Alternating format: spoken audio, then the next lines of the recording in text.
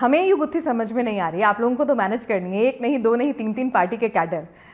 48 सीटों पर आप ग्राउंड पर गए होंगे, क्या रिपोर्ट निकल कर आ रही है आपके पास?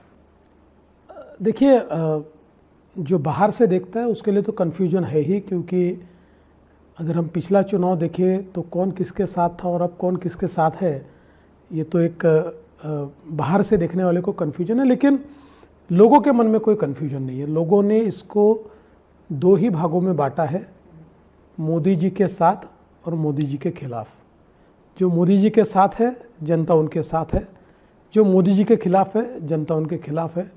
और मेरा अपना मानना है, मैं ग्राउंड पर लगातार घूम रहा हूँ, तो लोगों ने महाराष्ट्र में ये मन बना लिया है कि मोदी जी के साथ जाना है। 48 में से भी कितनी सीटें आपको लग रहा है कि हाँ भाई देखिए, इतना तो मेरा सर्वे कहता है? मेरा अपना मानना ये है कि हम पिछले समय 41 सीटें चुनकर आए थे, तो जो ग्राउंड रियलिटी मुझे दिखाई पड़ रही है, हमने उससे आगे जाना चाहिए, पीछे तो नहीं आना चाहिए। लेकिन आप, ये रिपोर्ट आपकी है जी, अब जी। मैं आपके सामने रिपोर्ट रख देती हूँ शरद पवार जी की। वो कह रहे हैं कि 50 से 60% सीट तो उनके खाते में आने वाली। शरद पवार जी जब अपने पीक पर थे उस समय भी उनकी पार्टी को 8 सीटें मिली थी महाराष्ट्र में, उससे आगे वो कभी गए नहीं है। और पिछले कुछ समय से 2 या 4 सीटें उनको मिल रही है। इसलिए मुझे लगता नहीं है कि उससे बहुत आगे, मतलब उनके बढ़ने के लिए कोई सर्कमस्टांसेस है, ऐसी परिस्थिति तो नहीं है। और उद्धव ठाकरे तो कह रहे हैं कि भाई इस बार आपका तो पत्ता साफ हो जाने वाला है, जनता की सहानुभूति उनके साथ है, जनता उनके साथ है, अब आपके झांसे में नहीं आएंगे। वो तो हमको तड़ीपार करने की बात कर रहे हैं। हाँ, बिल्कुल। हाँ, तो मैं तो इतना ही कहूँगा कि कम से कम इस कारण से उद्धव जी लोगों में जाने लगे, मुझे इस बात की खुशी है। नहीं तो ड्राइंग रूम की राजनीति करने वाले उद्धव जी थे, अब मजबूरन लोगों में जाना पड़ता है।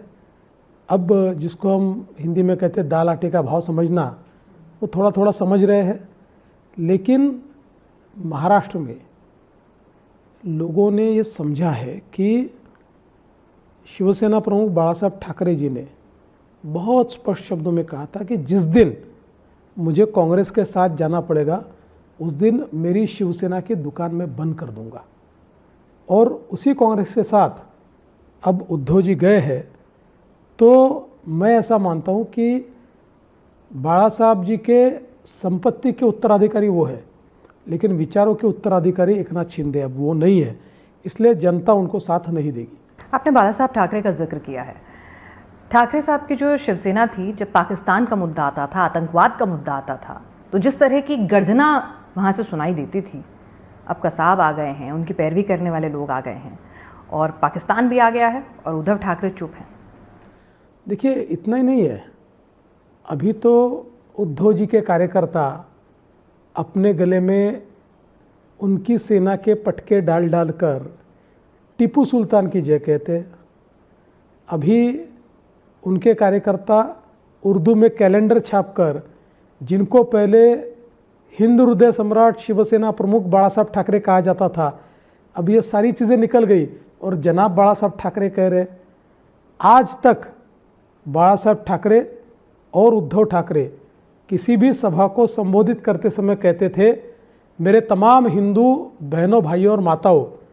अब उन्होंने उसमें से हिंदू निकाल दिया, अब हिंदू नहीं कहते वो। तो कुल मिलाकर वो सूडो सेक्युलरों की लाइन में जाकर बैठे। आजकल उनके लिए फतवे निकल रहे हैं, उनके कैंडिडेट्स के लिए फतवे निकल रहे हैं।